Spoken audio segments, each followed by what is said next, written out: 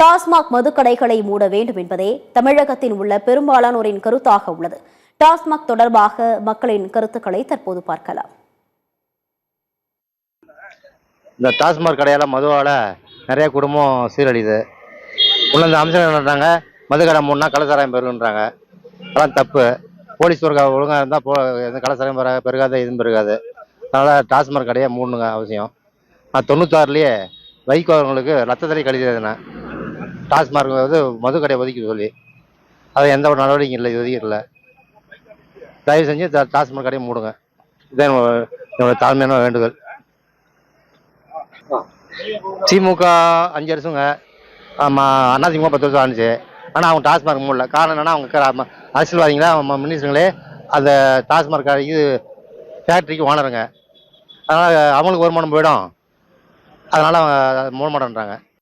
தமிழகத்தில் அதிகரித்து வருகின்ற விபத்துகளில் முதன்மையாக இருப்பது மது அருந்திவிட்டு விபத்து ஏற்படுத்துவது.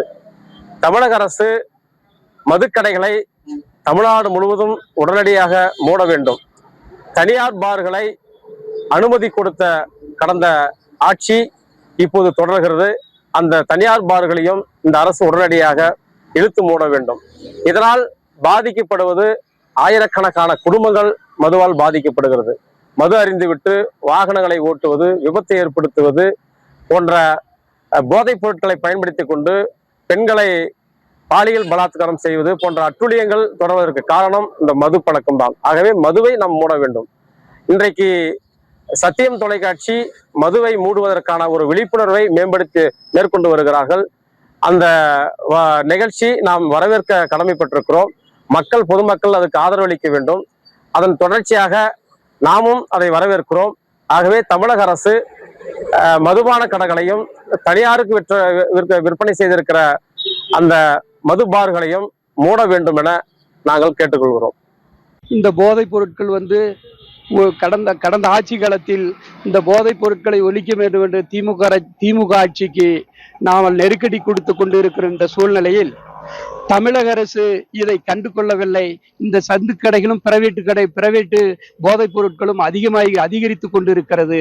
இது மக்கள் மத்தியில் ரொம்ப அச்சுறுத்தலை உருவாக்கி கொண்டிருக்கிறது. தமிழக அரசு இதை கண்டு கொள்ளவில்லை என்ற மக்களுடைய நெருக்கடியால் இது எதிர்பார்த்த தாவாக அரசு இதை தடுத்து நிறுத்துமா? இந்த போதைப் பொருட்களால் பல்வேறு இடங்களில் பல சம்பவங்கள். இன்னைக்கு ஒரு 3 வயது குழந்தைக்கு பாலியல் தொந்தரவு இது நாட்டில் அதிகரித்து கொண்டு இருக்கிறது. இதை தடுத்து நிறுத்த வேண்டும் என்று சொல்லி இந்த கண்டனத்தை இந்திய குடியரசு கட்சியின் சார்பில் தமிழக அரசுக்கு இதை கண்டன பதிவு வைக்கிறோம். இந்த தனியார் கடை, அதாவது மது கடை ஓப்பன் பண்ணது அரசு கடையாக இருக்கிறது, இப்போ தனியார் கடையாக போயிடுச்சு. தனியார் கடையாக ஆகும்போதாட்டுது. பார் அங்கங்கே பார் திறந்து ஓப்பன் பண்ணிக்கிறாங்க. சந்து கடை ஒவ்வொரு ஊர்லேயும் 3 கடை 4 கடைன்னு விற்றுனுக்குறாங்க. அப்படி என்னதான் காவல்துறை நடவடிக்கை எடுத்தோம் அது தடுக்க முடியாத சூழ்நிலை ஏற்பட்டுருக்குது. இதெல்லாம் அடைக்கிறாதான் மதுக்கடை மூடினதுக்காக அர்த்தமாக ஒழியோ, மதுக்கடை நாங்கள் மூடிட்டோம், அந்த கடை மூடிட்டோம், 700 கடை மூடி இருக்கிறோம், 800 கடை மூடி இருக்கிறோன்றதெல்லாம் இல்லை. ஒவ்வொரு கிராமத்தில் இருக்கிற கடைங்களை போய் மூடுங்க. அதை மூடினா தான் நீங்கள் மூடின மாதிரி அர்த்தம். அதை மூடாமல் என்னதான் பண்ணாலும் காலையில் எழுந்திரிச்சு வேலைக்கு போகிறவன் காலையில் எழுந்திரிச்சு கோயிலாண்டு போட்டுன்னு தூங்கினுக்கிறான் சாராயம் குடிச்சிட்டு. எங்கடா கிடச்சிச்சின்னா சந்து கடையில் கிடச்சிச்சின்னு கேட்குறான். அவனுக்கு அந்த சந்து கடையை அடக்குங்க. சந்து கடையை அடக்குனா தான் நீங்கள் மது கடையை மூடின மாதிரி அர்த்தம். சந்து கடையை அடைக்காமல் நாங்கள் பெரிய பெரிய ஒயின் ஷாப் அடைக்கணுக்கிறோம், அதுக்கிறோன்னா அது கட்டுப்படுத்தாது. ஒவ்வொரு ஊரில் இருக்கிற எந்த ஊர்லேயும் அந்த இதில் கவர்மெண்ட் கடையிலிருந்து ஒரு நைட் ஆனால் ஒவ்வொருத்தர் 250 பாட்டில் 300 பாட்டில் வாங்கின்னு போயிடுறான். அது இன்னொன்று சொன்னால் 10 மணிக்கு கடை திறக்கிறாங்க, இது 12 மணிக்கு கடை திறக்கிறாங்க, 3 மணிக்கு தான் 10 மணிக்கு தான் மூடுறாங்கன்றாங்க. ஆனால் 6 மணிக்கே விழுந்துனுக்குறான், 6:30 மணிக்கு. எங்கடானா 7 மணிக்கெல்லாம் உட்காந்து குடிச்சுன்னுக்குறாங்க. ரோட்டில் அங்கங்கே போனால் பள்ளிக்கூடத்துக்கு போகிற பசங்க, வழியில் போகிற பசங்களை பார்த்தாங்கன்னா அங்கே ரோட்டில் உட்காந்துன்னு குடிச்சுன்னுக்குறாங்க. எங்கே கிடச்சிச்சாங்கன்னா சந்து கடையில் கிடைக்குது அவங்களுக்கு. அதனால அரசு இது நடவடிக்கை எடுத்து சந்து கடையை மூடுங்க. கடந்த 2026ஆம் ஆண்டு நடந்து முடிந்த தேர்தலிலே வெற்றி பெற்று தமிழக வெற்றி கழகம் ஆட்சி அமைத்தது. அந்த ஆட்சி அமைத்ததில் மிக முக்கியமான கொள்கையாக மதுபான கடைகளை மூடுவோம், மதுவே இல்லாத ஒரு தமிழகத்தை அமைப்போம் என்றெல்லாம் உறுதி பூண்டு செயல்பட்டு கொண்டிருக்கிறார்கள். ஆனால் உண்மை நிலவரம் என்னவென்று கேட்டால், இங்கே அரசு மதுபான கடைகள் எதுவுமே மூடாமல் செயல்பட்டு கொண்டு வருகிறது. இங்கே அரூர் பகுதியிலே இதற்கு முன்னர் மணமகிழ் மன்றம் போன்ற மதுபான கடைகள் எல்லாம், தனியார் மதுபான கடைகள் எல்லாம் நடந்து கொண்டிருந்தன. அந்த மதுபான கடைகளுக்கு இப்பொழுது திரும்பவும் நடந்து கொண்டிருக்கிறது.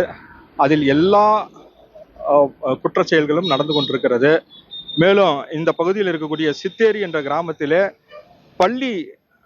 பள்ளிக்கு அருகாமையிலேயே, ஆரம்ப பள்ளிக்கு அருகாமையிலே பார் ஒன்று, அதாவது அரசு மதுபான கடை ஒன்று நடந்து கொண்டிருக்கிறதாக தகவல் வருகிறது. இதெல்லாம் இந்த அரசுக்கு ஒரு அவப்பெயர் நிகழும் செய்தியாக இருக்கிறது.